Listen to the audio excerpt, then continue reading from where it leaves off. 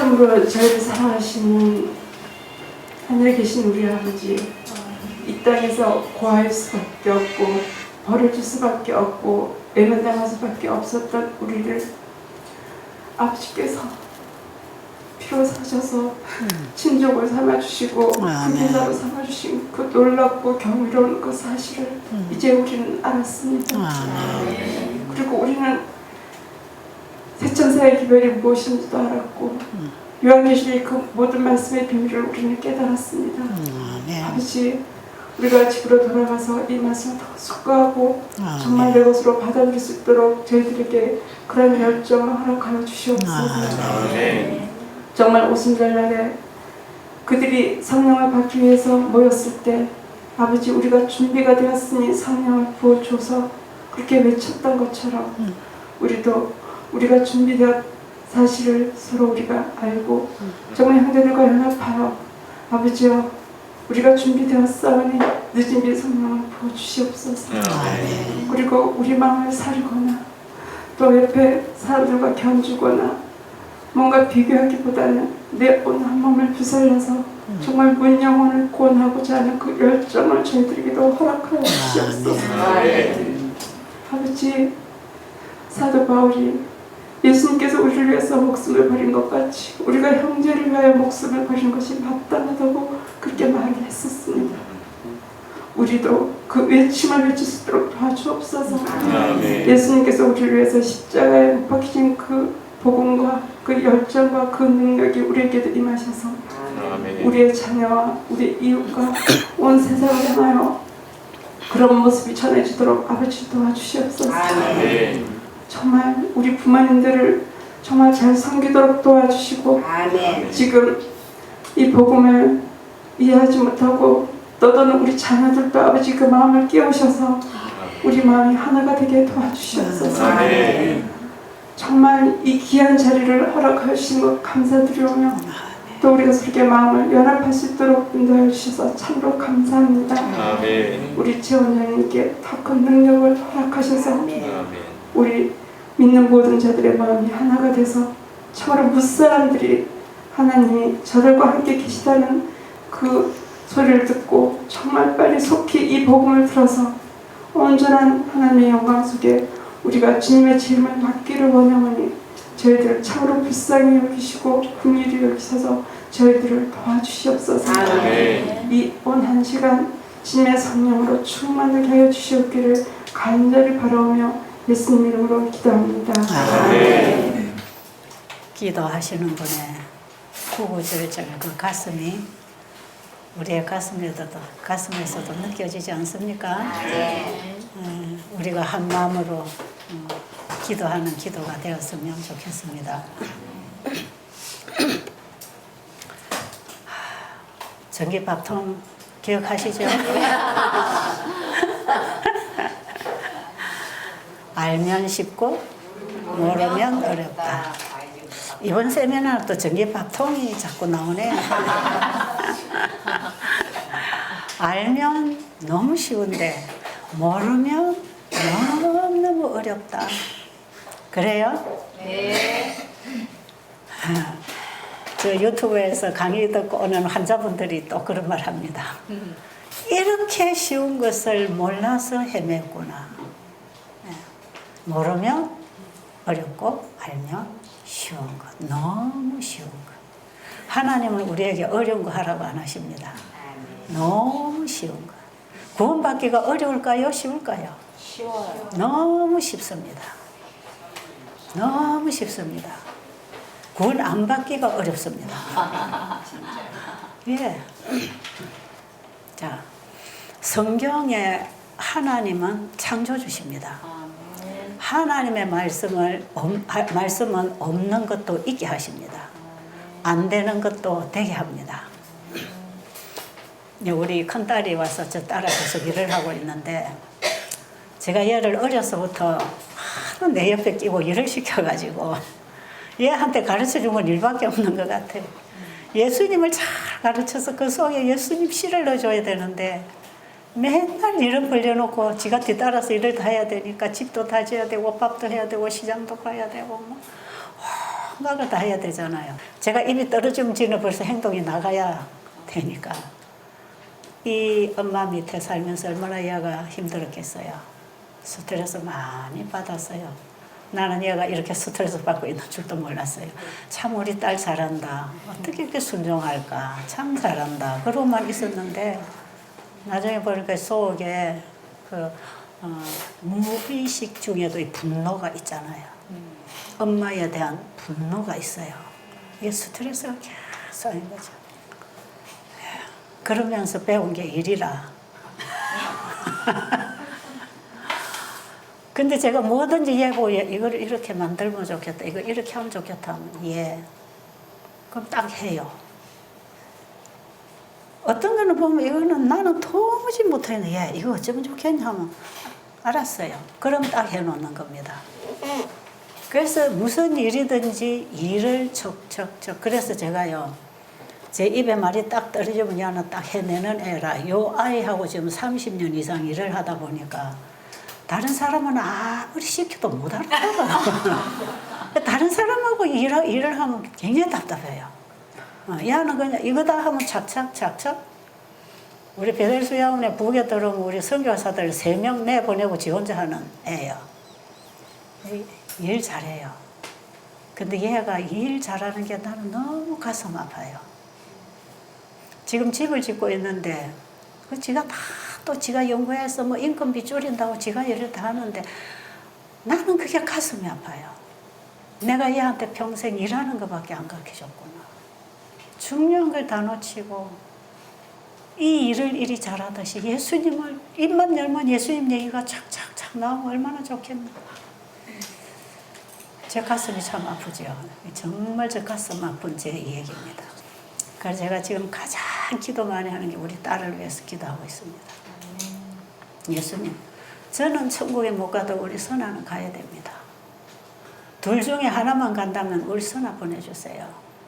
나는 주님을 알아. 주님이 주시는 힘으로 와서 나 이렇게 힘들지 않았는데 예수님의 힘으로가 아니라 엄마가 하라니까 순종을 해야 되니까 얼마나 힘들었겠습니까? 참 제가 가슴 아픈 얘기예요. 그 얘기를 하려는 게 아니고 하나님은 되게 하시는 분, 안 되는 것도 되게 하시는 분. 그래서 우리 딸 보고 맨날 그러죠. 얘는 안 되는 것도 되게 하는 애다.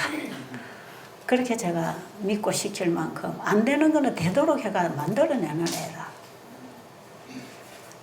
우리 하나님은 안 되는 것도 되게 하시고 엉클어진 것도 풀어주시고 병도 고쳐주시고 죄로부터 구원해 주시고 잃어버린 영생도 회복시켜 주시고 그 하나님 만능 하나님 우리 아버지. 그래서 그 아버지를 믿고 그분의 말씀에 따르면 안 되는 것도 됩니다. 안 되는 것도 되는 거예요. 그래서 제가 복음을 전할 때 특히 이제 환자들을 만나서 이 건강기별 전할 때 지금 환자 낫는 얘기만 자꾸 하지. 지금도 어제도 오늘도 낫는 얘기 하잖아요. 근데 제가 집회하는 장소에나 우리 베델에 온 환자 중에 안 낫고 가는 사람도 많습니다. 그 자리에서 안 낫는 사람도 많아요. 근데 저는 안 낫는 얘기 안 합니다. 뭐 합니까? 낫는 얘기 자꾸 하죠. 낫는 얘기. 베델에 와도 제 세미나에 와도 회개 안 하고 변화 안 받고 가는 사람 많아요. 그런데 저는 이 복음 듣고 변화된 사람 얘기만 자꾸 하잖아요. 왜 그런지 아세요? 복음은 되는 것이기 때문에 아멘. 저는 여러분에게 되는 얘기 자꾸 해드립니다. 그럼 여러분 안 되는 거 할 필요가 없어요. 되는 거 자꾸 일어나면 될 것 아니겠어요? 아멘. 되는 것이라고요. 하나님은 되게 하시는 분. 그래서 그동안에 되는 얘기만 해도 수없이 할 수 있습니다. 정말. 제가 지금 외국 선교를 이제 한 3년째 다니고 있지만 그동안에 일어난 일 다 얘기 못해요. 아까 얘기한 그 세미나에서 일어난 일만 해도 어찌 다 얘기하겠습니까? 미국에서 온 어떤 흑인 선교사가 태국에 와 있었는데요. 이 관절마다 이게 다 굳어가지고요. 통증이 와서 약으로 지내고 이 손이 움직이지 않는데 왔는데요. 그 열흘 동안 이거 다 펴졌습니다. 약 다 끊고 펴졌어요. 그래서 제가 예수님을 만나는데 치료가 있다 그러잖아요. 창조의 생명이 오면 변질된 것을 바로 회복합니다. 그게 창조주의 능력 아닙니까? 그 창조주를 믿으란 말이에요. 그 창조주의 말씀을 받으라 이 말이에요. 그 창조주의 말씀을 받는 게 믿음입니다. 자, 아까 제가 중풍병자 얘기하다가 말았지요. 자, 또 된 얘기 좀 해드릴게요. 참 단순합니다. 그런데 이 환자에 따라서 어떻게 도와줘야 되는지 그걸 우리가 이제 교육을 받으라고 하니까 그걸 이제 여러분에게는 가르쳐 주면 되는 것이고, 하나님 주신 이 자연의 치료제, 생활 속에 있는 치료제들을 그냥 우리가 삶 속에서 받으면 되는 것이에요. 그게 건강 생활입니다. 잘못된 생활에서 얻어진 병은 올바른 생활로 회복할 수 있는 것이거든요. 자, 이 중풍병자는 몸이 이랬다 그랬죠. 몇 킬로인지는 모르지만 하여튼 제가 뭐 팔만 제 보고 놀랐어요. 와, 내 장단지 허벅지만 하네. 이러던 사람 말도 못해요. 이거밖에 안 돼요. 이거밖에 못해요. 그리고 반쪽은 완전히 마비가 됐어요. 까딱도 안 해요. 그래서 내 말 다 알아듣죠? 그러니까 이렇게 대답해요. 자, 지금부터 내가 하라는 대로 합니다. 남편은 적어요. 옆에서 적어요. 일단 이번에 여기서 세미나 강의를 매일 이걸 강의를 들어라. 그리고 이렇게 해라. 오늘부터 10일, 15일간 물만 마시라. 아무것도 먹지 마라. 여러분 놀라시지 않으세요? 15일 굶고 살까요? 이런 환자에게는 이게 적용합니다. 아무에게는 이런 금식하는 게 아니에요. 화해 부인은 금식을 긴 거 얘기 안 합니다. 하루 이틀, 2, 3일. 아무것도 먹지 말고 신선한 공기 마시고 운동하고 충분하게 물을 줘라. 물을 마셔라. 하루 이틀. 혹은 2, 3일 과일만 먹는 식사는 특히 정신을 쓰는 일꾼들에게 도움이 된다. 그것도 혈액순환이 원활해지면 머리가 맑아지죠. 이 건강하고 정신하고 전부 연결되어 있기 때문에 적용을 하는 것이죠. 저는 그런 말씀을 보면서 이렇게 적용을 다 했어요.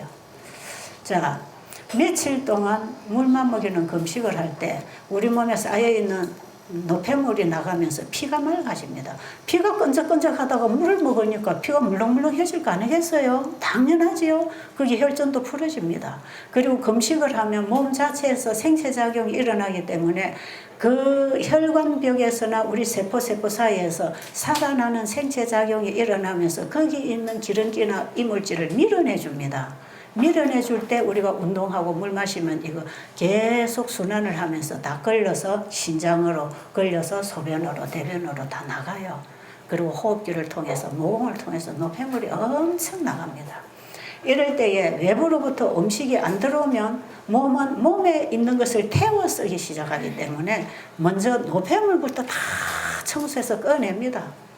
이걸 꺼내 밀어내주는 생체작용이 몸에서 일어나는데 이게 휴식을 통한 회복입니다. 이 원리는요, 안식일 복음 속에서 명확하게 이해되어야 합니다. 안식하라. 안식일은 죄 없는 창세기 2장 1절로의 안식일은 영원한 영생을 보장하신 것이고, 죄 지은 인간에게 출애굽기 20장 8절로 그 안식일은 창세기 2장의 안식일을 기억하라는 것이거든요. 그 창조를 기억해라. 그 안식일을 회복해라.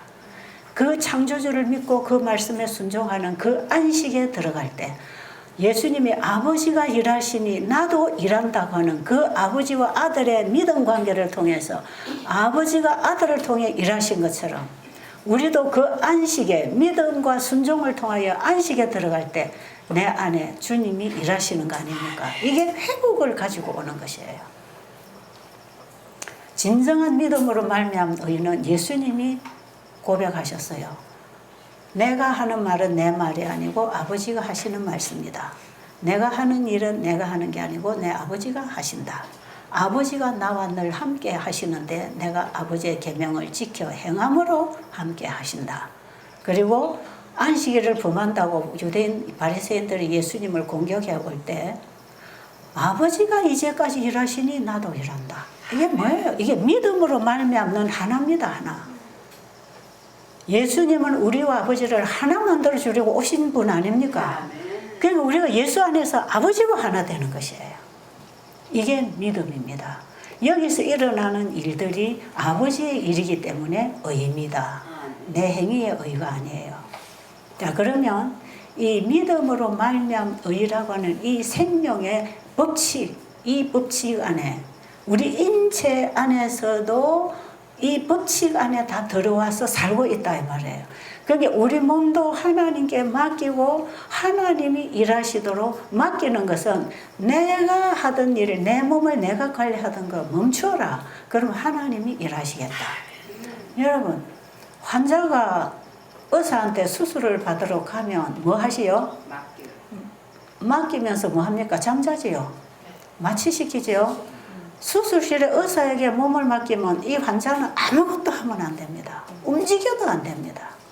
소리 내도 안 돼요. 재워버리는 거죠. 그게 안식입니다. 그게 안식이에요. 내가 할 수 있는 거 아무것도 없이 그분에게 딱 맡기는 거.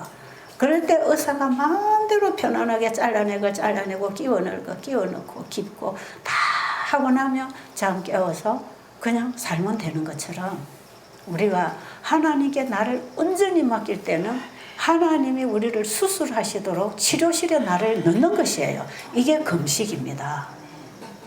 이 금식이 주는 원리는요, 굉장히 광범위합니다. 그런데 이게 영적으로, 지적으로, 육체적으로 모든 회복에 이 금식의 원리가 적용이 된다는 걸 아셔야 돼요. 자, 어제 제가 아래 그랬죠. 1시간 금식 강의하면 우리 환자들 하루 굶기는 거 문제 없다고. 그래서 양식 떨어지면 내가 금식 강의 하겠다고. 근데 아직까지 금식 강의 하도록 양식이 안 떨어져서 내가 양식이 없어 금식 강의 해본 적은 없어요. 그런데 금식의 원리를 성경적으로 진리적으로 풀어내면 안 굶을 사람 하나도 없어요. 그런데 요즘에 의사들도 이 금식을 조금씩 얘기하대요. 한참 뒤떨어져 있는 거지요. 그런데 엘렌지 바이스 이미 130, 40년 전에 모든 병을 다룰 때 금식으로 접근해라. 지금까지 먹고 마시고 쌓아놓은 거 청소를 일단 해야 돼. 청소를 다 하고 뽑아내고 그 다음에 이제 음식을 먹고 이제 새로운 걸 하나님의 말씀으로부터 받아들이라. 그러면 계속 회복하고 잘한다. 이런 거 아닙니까? 그럼 이 환자는 너무 많이 비축이 쌓여서 이렇게 몸무게가 많으니 15일을 금식시켰어요. 15일을 금식한 이후에 이제 어떻게 할까요? 또 이제 과일식 하라 그랬죠. 15일은 물금식, 15일은 과일식. 한 달 굶었죠? 그러면 한 달 회복식. 그 2달 후에 정상 식사를 하는 거예요. 이 사람에게는 이런 방법이 적용됩니다. 왜? 안에 태웠을 노폐물이 너무 많으니까 이거 다 태워내도록 청소해내서 이 우리 몸은요 밖에서 에너지원이 안 들어오면 몸에 비축된 걸 뽑아갖고 태워서 에너지를 만들어 쓰거든요. 그러니까 이렇게 굶겨놔도 하나도 힘 안 빠져요. 여러분 굶고 어떻게 살까 싶지요. 그 어떤 환자들은 굶겨놓으면 막 100kg, 120kg 이런 사람들 오면 이제 굶기잖아요. 그럼 방이 자꾸 누워져요. 왜 그러냐 그럼 힘 없으니까 힘을 자꾸 빼면 안 되니까 아껴야 된대. 평상시처럼 활동을 해서 에너지를 뽑아서야 에너지를 태워낼 거 아닙니까? 그러니까 살을 빼려면 일을 해야 돼. 활동해야 돼. 근데 힘 안 빠지니까 엄살 부리지 말고 그래서 운동하라고.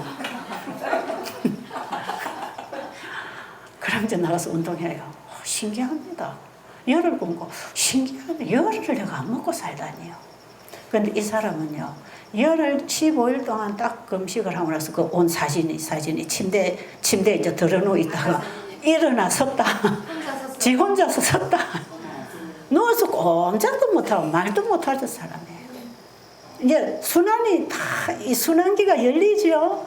열리면서 그 다음에 이 몸은 금식을 통해서 재생하잖아요. 재생 회복하지요. 그러니까 터진 혈관이 빨리 원상복구됩니다. 그리고 피가 맑아집니다. 이런 일이 흔하게 있습니다. 자, 제가 다 얘기 못하고 오늘 조금만 할게요. 우리 몸에서 생체작용이 강하게 일어날 때 우리 몸은 회복이 제일 빠릅니다.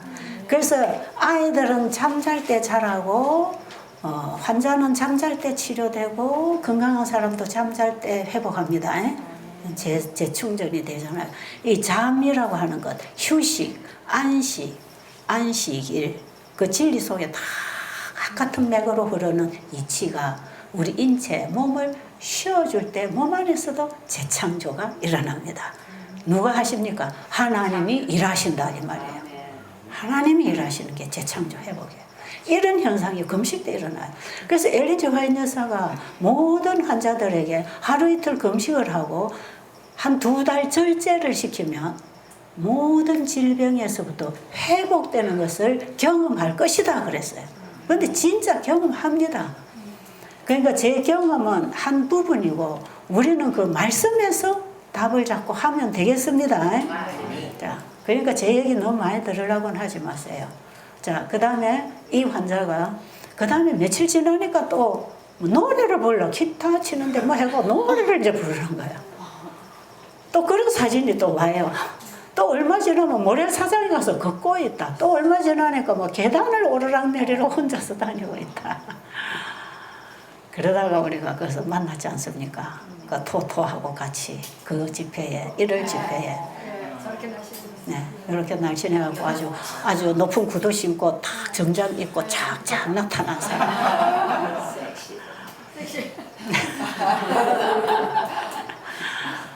이런 얘기 참 많습니다. 얘기해드리려면 한이 없어요. 그러니까 제가 자신 있게 하나님을 증거하는 것입니다.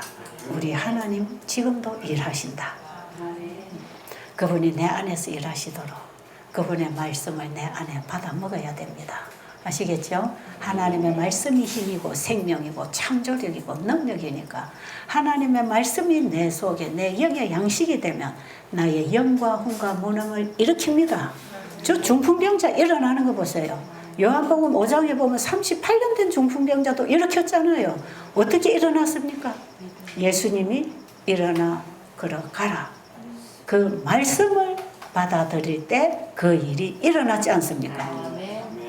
38년 동안 걷지 못한 환자에게 네 자리를 들고 걸어가라 하면 뭐라고 말할까요, 환자는? 여보시오, 내가 38년이나 못 걸었는데 뭐 나를 놀리는 거요? 아니, 내가 뭐 걸을 줄 알면 왜 누있겠습니까? 그러지 않겠어요? 나는 옛날에 성경을 볼 때 늘 그런 반문이 나왔어요. 하나님, 이게 가능합니까? 이거 어떻게 하라는 거예요? 어떻게 원수를 이런 번씩이나 용서합니까? 한 번만 그냥 해도 개심죄가 걸려갖고 만사가 되기 싫은데 어떻게 이런 번씩 7번을 용서합니까? 할 수 있어요, 없어요? 그런데 누가 하신다? 하나님은 하신다. 그게 되는 얘기가 복음이다 말이에요. 안 되는 얘기는요, 하지 마세요. 안 되는 얘기는 하나님에 대한 불신을 증거하는 거니까요. 되는 얘기만 하자고요. 그래가지고 이 중풍병자가 일어나 걸어가라 했을 때 엘린 G. 화이트 여사 쓴 책에 보면 참 설명을 잘 해놨어요. 이렇게 썼어요.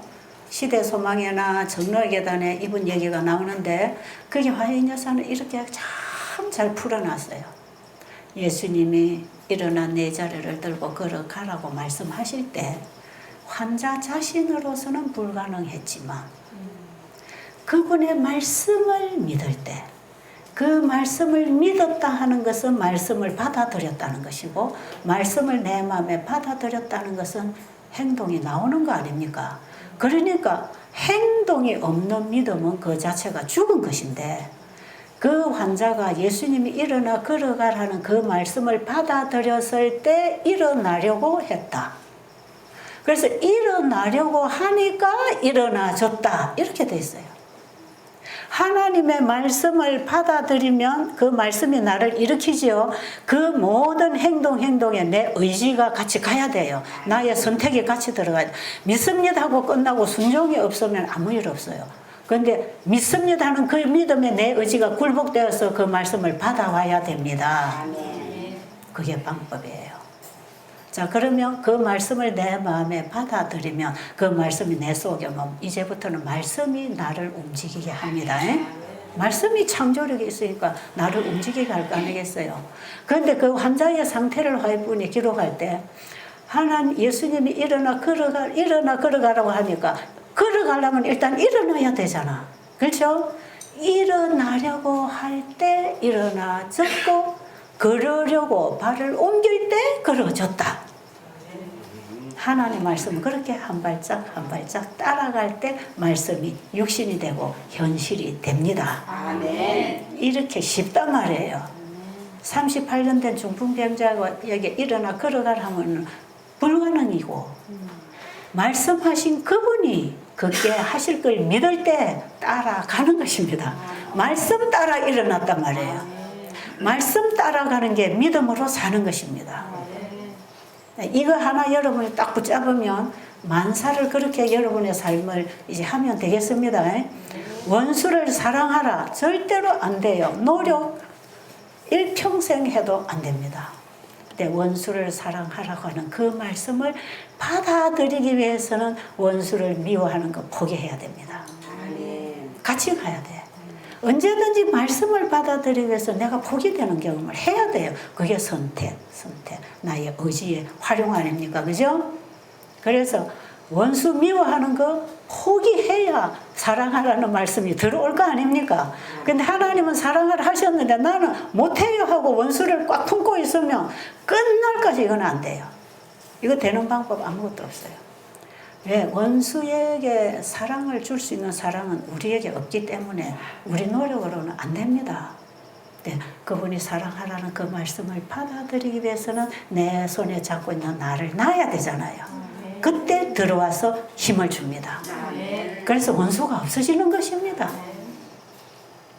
자, 이런 식으로 치료가 다 돼요. 자, 그러면 신선한 공기, 물, 또 자연에서 오는 이런 힘, 에너지, 색깔, 향기 이거 다 포함해서 우리가 먹는 음식, 창세기 1장에서 하나님이 말씀하시고 만들어 놓은 그것들을 우리가 받아들일 때 우리 안에는 창조의 생명이 들어옵니다.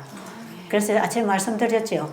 하나님이 씨 맺는 채소와 씨 가진 열매 맺는 나무를 내라 하시니 그대로 되었지요. 그 창세기 1장 11절에 내라 말씀하시니 말씀이 나왔지요. 그런데 29절에 보면 이 씨 맺는 채소와 씨 가진 열매 맺는 나무를 먹어라. 이것이 내 식물이 되리라 했을 때 우리는 그 씨 맺는 채소와 씨 가진 열매 맺는 나무를 먹었을 때 우리는 식물을 먹는 게 아니라 하나님의 말씀을 먹는 것이다.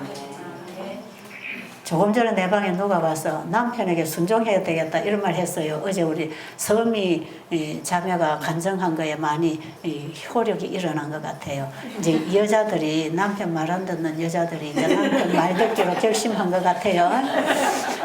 자, 그러면 그 말씀은 무슨 의미가 있는가? 자, 예를 들어서 보세요. 자, 아내는 예수님을 너무너무 사랑해서 예수님 따라 예수님 말씀에 순종하고 가고 싶은데 남편은 끊임없이 세상의 무력, 출세, 재물, 명예 계속 세상으로 쳐다보고 세상을 가고 아내는 예수님 바라보고 하늘로 가는 부부가 산다고 합시다. 그런 부부 많지요? 그럼 남편이 여보 오늘 이거 해야 돼. 이리 가야 돼. 오늘 이거 해. 이거 먹어. 이리 가. 이거 일을 해야 돼. 그거 다 순종하면 어떻게 될까요? 응? 그 남편 따라 순종하면 내가 나중에 어디로 내려갑니까? 하늘로 가다가 돌아서야 됩니다. 어? 생명으로 가다가 사망으로 돌아서야 돼요. 그래서 아내들이 남편에게 복종하라는 그것은 진짜 남편 말에 복종이 아니라 하나님의 말씀에 복종한다는 의미가 더 깊습니다. 어제 그 얘기 하죠? 하나님께서 순종하라 했기 때문에 순종한다 그러죠. 그런데 누구 안에서 순종이 일어날까요? 주 안에서의 순종입니다. 주 안에서. 남편이 주님의 말씀으로 주님의 뜻대로를 나에게 요구하는가? 아니면 하나님의 말씀을 거역하는 쪽으로 나에게 요구하는가에 따라서 복종할 수도 있고 안 할 수도 있는 선택을 할 수 있어야 합니다. 우리 남편들이 좋다가 말았는지 모르겠어요. 그런 것입니다.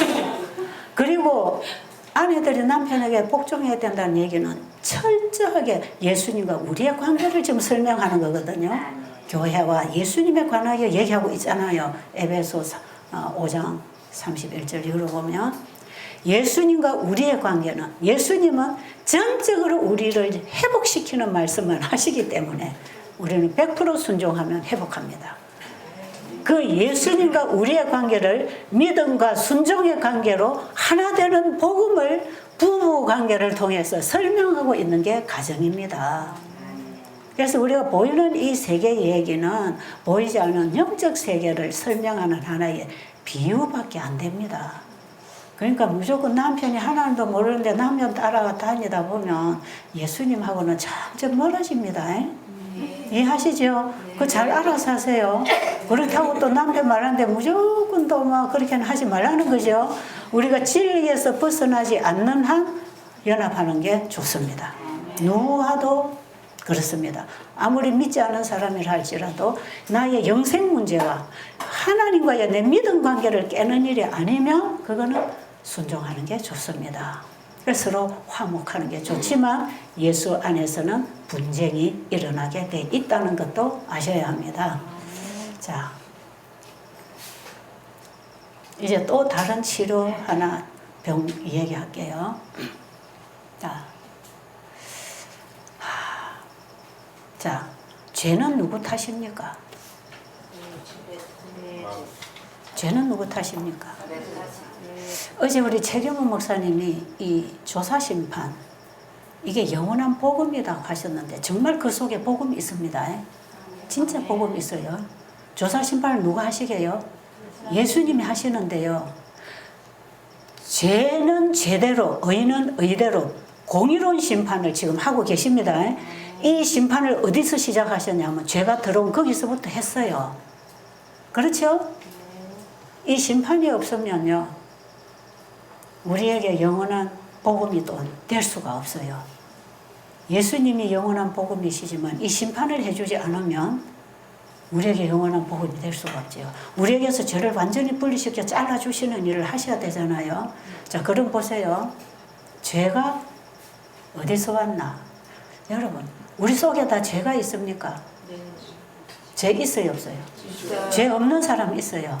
그런데 이 죄가 누구 겁니까? 아담에게서 우리는 유전받았다 그랬어요. 유전. 창세기 5장 1절로 보면 아담이 뭐 얼마? 130세에 셋을 낳았다 그랬죠? 그게 엘렌지 화이트 여사는 부조화 선지자 80페이지인가에 보면 유전받았다 그랬어요. 아담이 원래 하나님의 형상대로 창조됐지만 그가 범죄한 이후에 아들을 낳았을 때 아담의 그 악한 성향을 유전받았다. 죄의 성향을 유전받았다. 그리고 각시대 대쟁도 500페이지 보면 죄가 사단에게 죄가 들어와서 죄를 인간에게 감염시켰다. 우리가 지금 죄를 짓고 있는 것은 내 것이 아닙니다. 여러분, 감기 바이러스가 들어오면 기침하고 열나고 몸살하고 그렇지요? 이것은 감기 바이러스가 들어왔을 때 그 바이러스가 일으키는 결과적인 증상입니다. 하와가 선악과를 먹었다고 하는 것은 죄가 들어와서 감염을 시켰을 때 죄의 행실이 나온 것이에요. 자, 이제 여러분, 죄가 행동인가 본질인가 이걸 우리가 알 필요가 있는데요. 자, 그러면 하와는 사탄으로부터 죄의 유혹을 받고 이제 아담에게로 넘어가고 이러고 저러고 해서 하나님이 찾아오셔서 조사해서 심판을 내린 게 창세기 3장 15절입니다. 그죠? 네가 어디 있느냐?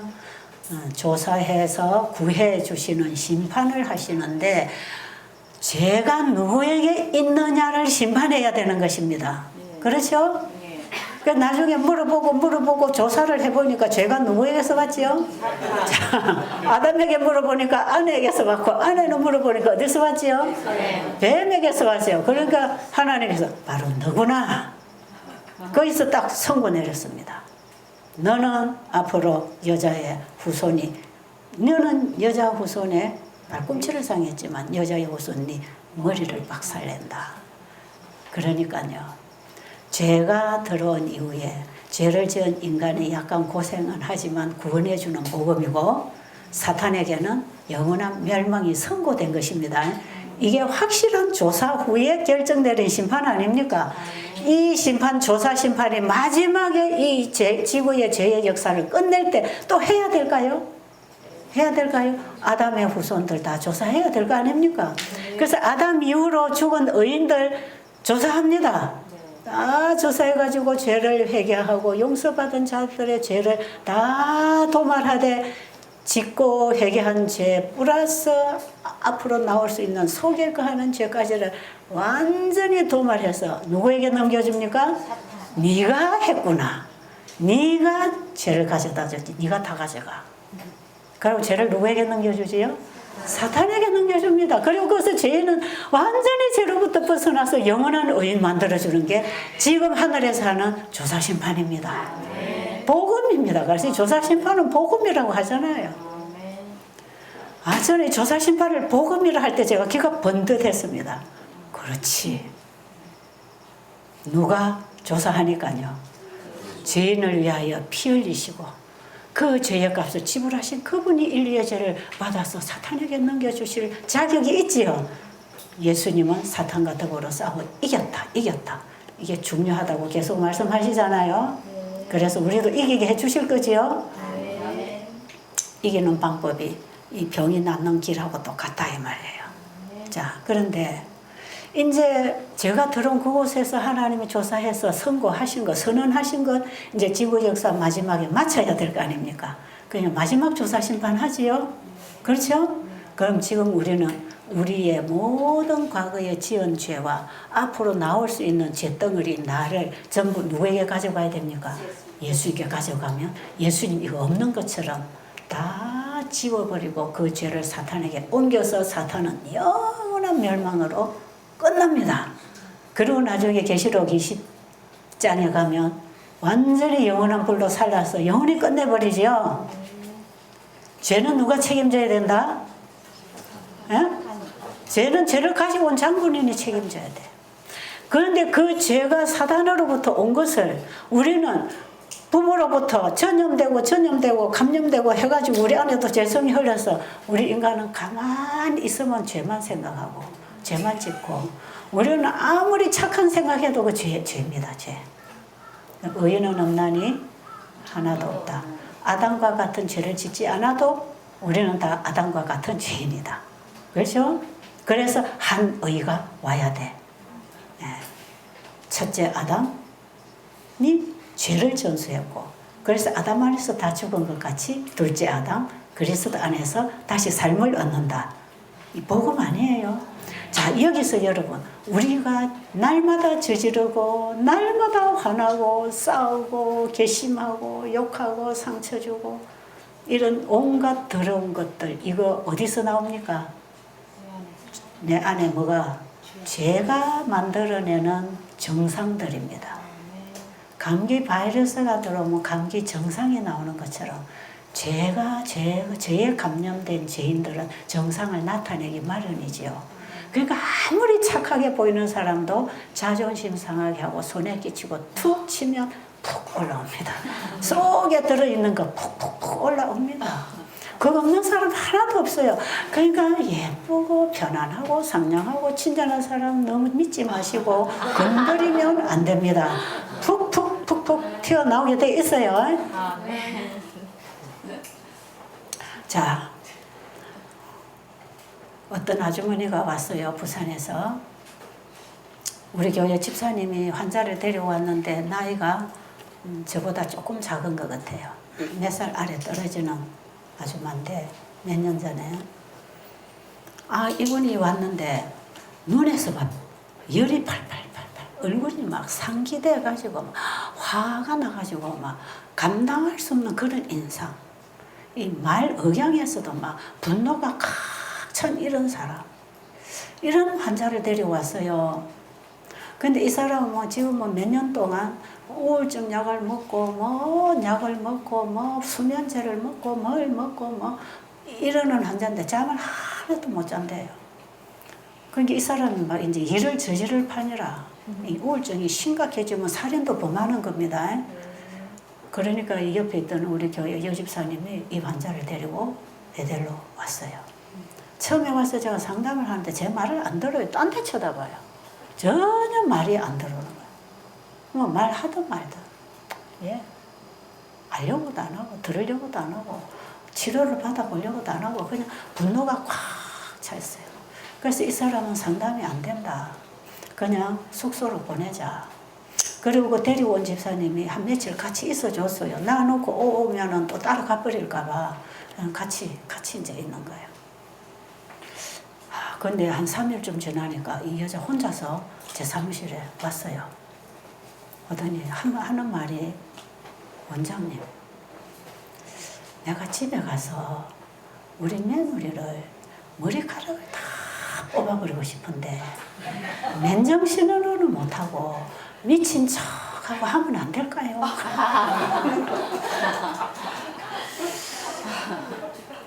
맨정신으로 못하지요. 미친 척하고 진짜 반은 미쳐 있어요. 머리카락을 다 뽑아버리고 싶다. 얼마나 아프겠어요. 진짜 잔인한 방법이라. 근데 이 사람이 이 생각을 하고 있다는 자체가 얼마나 고통스럽겠어요. 너무 불쌍해요. 그래서 아주머니 왜 그러십니까? 그랬더니 막 울면서 얘기를 해요. 내가 시집을 왔는데 신랑은 아무것도 없고 그냥 재금 나올 때만 젓가락 하나 밥 양재기 하나 갖고 나와갖고 우리 남편은 생활력도 없고 술이나 먹고 맨 돌아다니고 아들을 하나 낳았는데 이 아들을 키워야 되는데 키울 생각도 안 하고 멋대로 돌아다니고 애미기고 그래서 자기가 그때부터 이제 생활터전에서 싸워야 되는 거예요.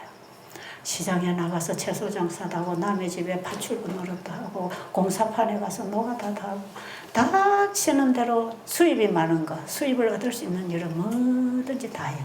전날 애를 얻고 다니면서 그 띠약볕에 가서 그 추운 겨울에 시장바닥에 앉아서 애를 얻고 불어가면서 그렇게 해서 돈을 벌어 아이가 지금 그 아들이 대학원까지 나와가지고 마침 이 아들이 착하게 잘 커져가지고 좋은 직장에 들어가 있어요. 그리고 정말 교육 잘 받은 며느리를 얻었습니다. 이제 저쪽에서는 가정이 어떻든 간에 이 아들 하나를 보는 거죠. 번듯하고 능력 있는 좋은 회사에. 그러니까 좋은 아가씨가 형님한테 이 아가씨는 또 굉장히 좋은 가정에서 좋은 교육을 받은 아주 또 착한 며느리를 받네요. 그리고 이제 이분은 그동안에 아이를 공부를 시키면서도 새방에서 전세방을 가다가 이제 자기 집을 하나 마련했어요. 그러니까 얼마나 힘들게 살았는지 아시겠죠? 그분의 일생이 고생과 수고뿐이었어요. 근데 아들이 잘 커지고 공부 잘하고 장학금 받고 이런 것 때문에 신나가지고 일을 해도 너무 기운이 나는 겁니다. 그 자기는 노동판에서 쉴 때에도 자기 아들 자랑하고 나면 힘이 난다는 거죠. 엄마들이 주로 그렇잖아요. 그러니까 엄마에게는 아들이라기보다 남편처럼 자식처럼 친구처럼 아들이 그만 완전 애지중지 전부가 되어 있는 거예요. 얼마나 아들이 귀하고 자랑스럽겠어요. 근데 이 아들이 장가를 가면은 집이 하나 있어야 되는데 집도 없이 장가를 보내나. 그래서 그 호흡 불어서 벌은 돈으로 겨우 집 한 채 장만해 놓은 걸 팔아서 반을 뚝 잘라서 아들 아파트 전세 하나 얻어주고 자기 전세로 아파트 하나 하고 그래 반칼 나가지고 살아도 행복하더라는 것입니다. 부모 마음은 그렇지요. 그런데 이제 며느리가 시집을 왔어요. 아이를 낳았어요. 또 손주를 보니까 얼마나 좋습니까? 그러니까 살들 이제 아들 집에 가고 싶은 거라. 그래가지고 막 좋은 거 있으면 손주 사다 주고 싶고 손주 크는 거 보면서 막 이쁘고 보듬어 주고 싶고 이 사람의 살들은 이제 며느리 집으로 들쭉날수 애를 안고 저거 며느리가 좋아할까요?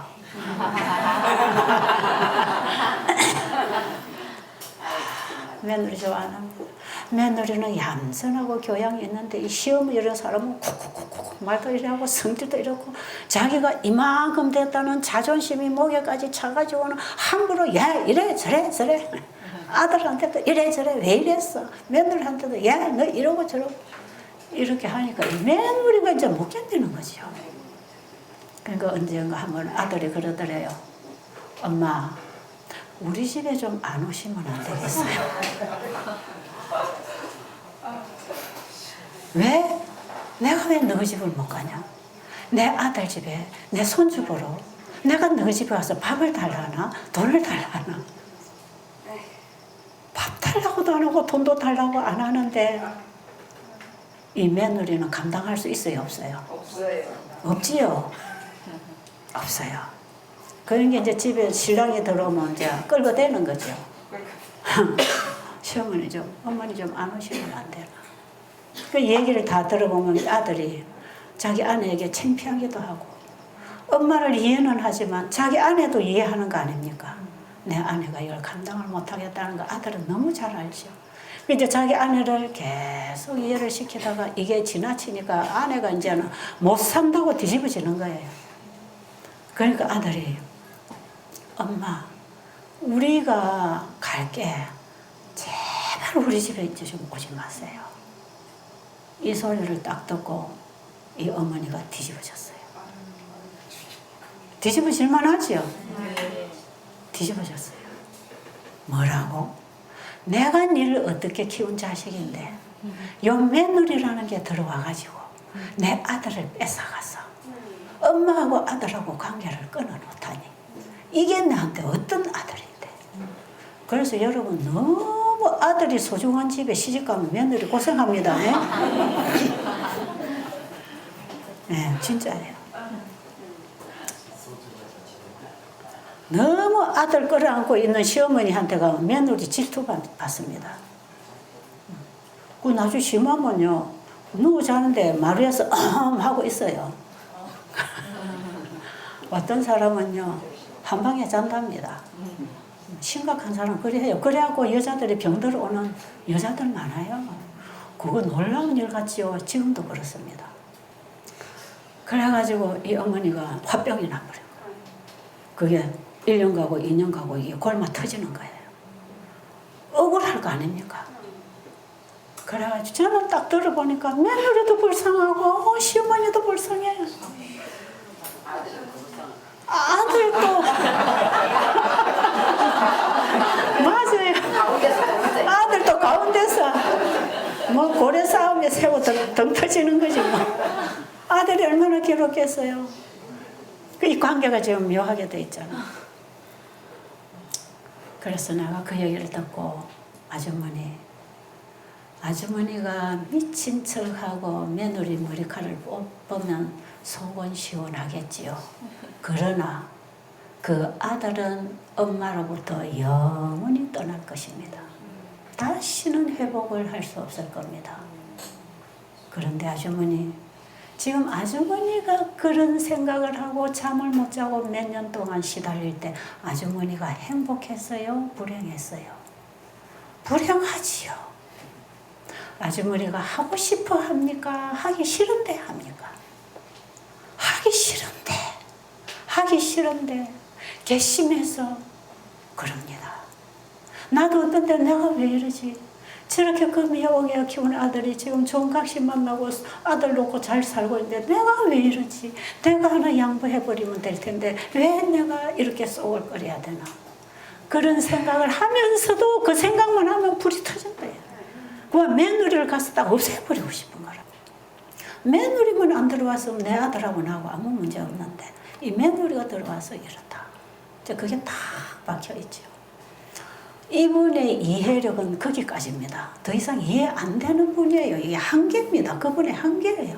이분이 많이 배운 분도 아니고 많이 배려심을 가지고 살아온 인생도 아니고 정말 살아가는 전쟁 속에서 그만 보고 온 이 어머니는 아들 이렇게 뺏길 때 다 인생을 뺏겼다고 생각하죠. 그래서 제가 그 아주머니가 나도 하기 싫은데 참을 수가 없어요. 잠이 안 와요. 그러면서 엉엉엉 우는 거예요. 그래서 내가 아주머니는 이거 하기 싫지요. 이래 안 하고 싶지요. 아들이 그 며느리하고 행복하게 사는 거 보기를 원하시죠. 예, 그래요. 근데 이런 분노를 일으키는 존재가 아주머니 속에 들어앉아 있습니다. 그게 뭐예요? 그게 죄라는 것입니다. 죄. 아주머니를 그렇게 화나게 하고 억울하게 하고 원수 갖고 싶고 죽이고 싶은 이 모든 감정, 생각 이것은요 아주머니가 하는 게 아니고 아주머니 속에 있는 죄가 그걸 일으킵니다. 감기 바이러스 들어오면 감기 증상이 나오는 거하고 똑같은 것입니다. 기침하고 싶어 합니까? 열이 나고 싶어 납니까? 바이러스가 들어오면 우리 몸에 티인파구가 싸우다가 일어나는 증상들 아닙니까? 아주머니, 그 속에 아주머니를 이렇게 괴롭히는 한 존재가 그게 죄라는 것입니다. 그 죄만 빠져나오면 아주머니는 평안해집니다. 아멘. 원하세요? 아이고, 그런 게 어디 있겠습니까? 진짜 그런 약이 있겠습니까? 근데 아무리 약 먹어도 잠 안 오고 우울증 약 먹어도 가슴은 뛰고 답답하고 불안하고 그런 약이 어디 있습니까? 그거 없애는 약이 어디 있습니까? 예, 그 없애는 치료제가 있습니다.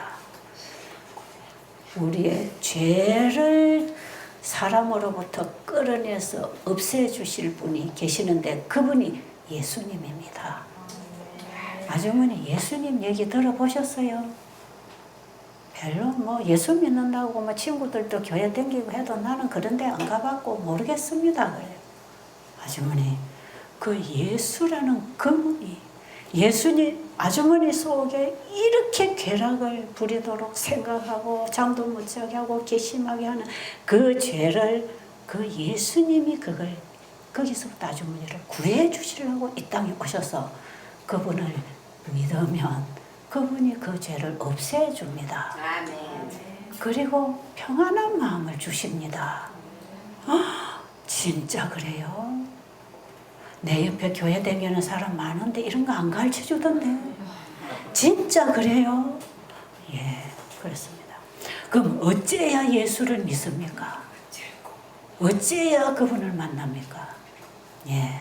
지금부터 여기서 아침 저녁 들려드리는 강의를 잘 들으시고 그 다음에 아주머니가 성경을 읽으세요. 저는 항상 초신자들이 성경 보면 창세기 1, 2, 3장을 읽고 창조주가 계신다는 걸 알아야 되고 그 다음에 창조주가 여자의 후손으로 우리를 죄로부터 구원하려고 이 땅에 오시는 그걸 가르쳐줘야 되니까 요한복음을 읽으라 그러지요. 사복음서 중에 요한복음하고 창세기 1, 2, 3장을 읽으면 바로 연결됩니다. 요한복음 1장 1절에 태초에 말씀이 계시니라. 이 말씀이 하나님과 함께 계셨으니 이 말씀은 곧 하나님이시라. 그가 태초에 만물을 창조하셨고 하나님이 이 말씀 그가 만물을 지었고 이 말씀이 없이는 지어진 것이 하나도 없다 그랬죠. 그게 창세기 1장에 있죠. 창세기 1장 1절을 보면 태초에 하나님이 천지를 창조하시니라. 그 하나님이 요한복음 1장 1절에 그 하나님인데 그 하나님이 요한복음 1장 14절에 보면 예수님이다. 말씀이 육신을 입고 이 땅에 오신 분 예수 그리스도. 그러니까 예수님이 누군지를 알아야 그분의 능력을 믿을 거 아니겠어요? 네. 그분이 창조주단 말이에요. 그래서 창세기 1장에 그 창조주가 요한복음 1장에 예수님이단 말이에요. 그 예수를 믿어야 된다. 어떻게 믿습니까? 그분이 하신 말씀은 천지를 만들어낸 창조력이 있는 것처럼 그분의 말씀이 기록된 이 성경 말씀은 창조력이 있습니다. 그래서 이 말씀이 육신으로 오신 분이 예수님이고 예수님은 육신으로 오셔서 십자가 죽으시고 부활하시고 지금 성령을 보내셔서 우리에게 말씀으로 임하십니다. 그러니 지금 말씀에서 예수님 만나야 됩니다. 이제부터 말씀을 읽으세요. 그 어디 있나? 성경 하나 사드릴게요. 성경 하나 사줬어요. 성경을 읽어요. 그 다음에 시대소망을 드렸어요. 같이 같이 읽어보세요. 여기 예수님 얘기가 상세하게 나와. 예수님이 이런 분입니다. 하나님이 우리와 함께 사시려고 이 땅에 오신 인간이 되셔서 예수님이 어떤 일을 하시고 어떻게 가셨는지 이 책에 다 나와 있습니다. 읽으세요. 그래가지고 이분이요 열심히 그때부터 공부해요. 예수님을 만나야 자기 문제가 해결이 되고, 나 이대로는 그만 자살을 하든지 죽이든지 둘 중에 하나가 돼야 되지, 이대로는 못 사는 병이야 지금. 그래가지고 나중에 한 달 좀 지나가니까요 사람의 인상이 편안해져요. 예. 속에 뭐가 들어가면 안색이 밖으로 나타납니다. 그죠? 바깥으로 표정이 달라지고, 그리고 과일식하고 건강식 하니까 이 독소가 나가니까 피부도 깨끗해지고, 울긋불긋한 것도 없어지고, 울긋불긋 살찐 것도 없어지고, 속에서 울뚝불뚝 나오는 성질도 없어지고, 그래서 사람이 편안하고 온순해지니까 여인이 참 예뻐요. 자기 인생 일처 모양을 만들었잖아요. 예수님 안에 오면 다 회복합니다. 이 건강기별은요, 영과 혼과 몸을 회복하는 치료제입니다. 그런데 그때 우리 집에 환자들이 막 침례를 제가 이제 강의를 하다 침례 얘기를 좀 했더니 막 온 환자들이 나도 침례 받고 싶다 해가지고 그럼 침례식을 하자. 그래서 이제 침례식을 하자고 해서 그때 뭐 한 10몇 명인가 침례 받을 사람이 있어가지고 제가 이제 며칠 계속 침례 공부 시켰어. 침례는 이런 거다, 이런 거다. 근데 아주머니가 오시더니 원장님, 나도 침례 받으면 안 될까요? 나도 지금까지 60평생 살아온 그 인생을 다 지워버리고 새로운 페이지를 기록하고 살고 싶은데 나도 침례 받으면 안 될까요? 왜 안 돼요? 바로 침례 받는 게 예수님을 영접하는 예식입니다. 그럼 나도 하겠습니다. 그래야 침례 공부를 다 한 다음에 침례식이 왔는데요. 다른 사람들은 그냥 침례를 받는다고 물에 퐁당퐁당 들어갔다 나왔어요. 속에서 어떤 변화가 왔는지 몰라 결심하고 받겠다 하니까. 근데 이 여인은요, 침례를 받으러 들어가는데 막 들어가기도 전에 앉아 있으면서도 울어요. 침례탕에 들어가면서도 울어요. 왜 그리 울까요? 자식이 죽었나, 남편이 죽었나, 손주가 죽었나, 누가 죽었는데 저리 슬피 울까요? 자기가 죽는 초상입니다. 자기가 죽는 초상이에요, 이거는. 지금까지 그 인생에 스럽고 고통스럽고 괴로웠던 인생을 생각하면서 이제는 정말 이거 다 죽어버리고 예수님 안에서 내가 새로운 페이지를 열고 새로운 인생을 열어 새 사람으로 산다고 생각하니 기뻐서 우는 겁니다. 뭐 제땐 인생 보내는 게 슬퍼서 울겠습니까? 새로운 인생이 기다리고 있으니까 기뻐서 우는 거라. 그래가지고요, 침례를 받고 뭐 아래 누구는 뭐 한참 나를 눌러놓으라 했다더만.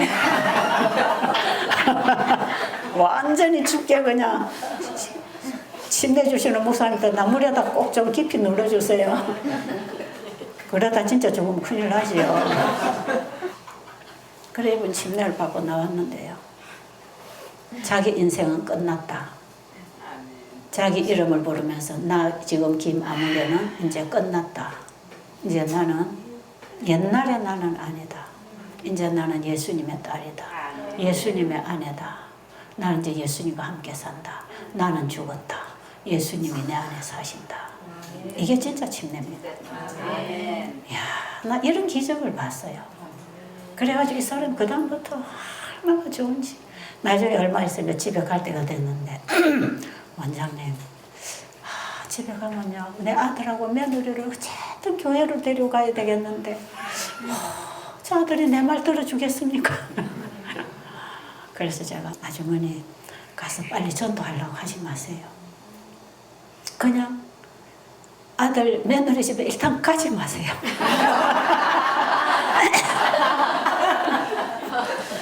안 가고 연락 안 하면 아들이나 며느리 전화 올 거 아닙니까? 그리고 아들이 또 어머니 뵈러 올 거 아닙니까? 그러면 옛날처럼 이놈 저놈 하지 말고 그냥 사랑스럽게 친절하게 맛있는 것도 해주고 손주도 좀 뽀뽀해주고 싶지만 그냥 꽉꿍 해주고 끝내라. 그냥 그 보통 말로 하지 말고 그냥 이쁘다 해주고 너가 뭐 해줄까 밥 해서 맛있게 먹이고 너가 빨리 가거라. 그리고 빨리 보내버렸어요. 그리고 다음에 또 오면 또 그러세요. 그리고 어머니가 행복하고 평안한 모습을 자식에게 보여줬어요. 그게 전도입니다. 그러면 이 자식들이 우리 어머니가 왜 저리 변했지? 그러겠죠? 예, 내가 지금 교회 다닌다.